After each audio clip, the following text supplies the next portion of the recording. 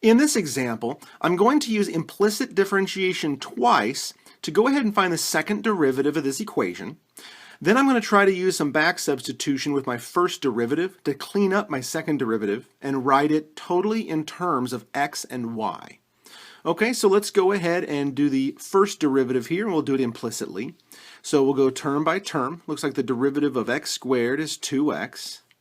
And the derivative of y squared is 2y, but of course I need to put a y prime with that because I differentiated a y term. And that equals 0. Okay, well here's that y prime, and I want to solve for that so I can get my first derivative. So let's go ahead and subtract 2x from both sides. So 2y, y prime, equals negative 2x. So I can go ahead and divide both sides by 2y, and I have my first derivative. Y prime equals negative x over y. Okay, not so bad at all. But now I need to go ahead and find the derivative of this. And it looks like I'll use quotient rule to do so. So y double prime equals, so the quotient rule is low d high, so the denominator multiplied by the derivative of the numerator minus that numerator multiplied by the denominator, so the derivative of the denominator, and then all over the low squared. So low d high minus high d low, all over low squared.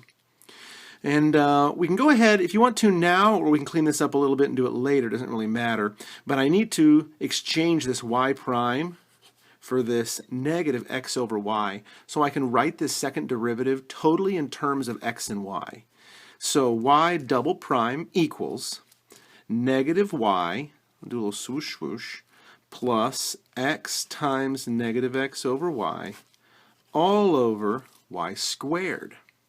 Well, okay, so let's see. Y double prime then is going to equal negative y minus x squared over y all over y squared. So let's get some common denominators and get rid of this complex fraction here.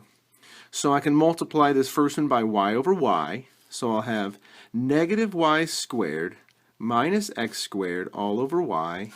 And that, of course, is all over y squared, or y squared over 1, which I could bring that up and multiply it by 1 over y squared. And that's how I divide those fractions and get rid of that complex fraction. So it looks like negative y squared minus x squared over y cubed. So let's do a little something here. So I have y double prime equals, I'm just going to reorder this, so negative x squared minus y squared over y cubed. And you could say that this is the second derivative, right? It's all in terms of x and y, so I know I'm good to go. But remember what our initial equation was? X squared plus y squared equals 81. Well, it looks like if I factored out a negative here, I would have x squared plus y squared. So I wonder if I could just rewrite this as the opposite of 81 over y cubed, because x squared plus y squared equals 81. So here's another way I could write this. Both of these work. The problem with this one is there's no x terms anywhere, it's just a y cubed.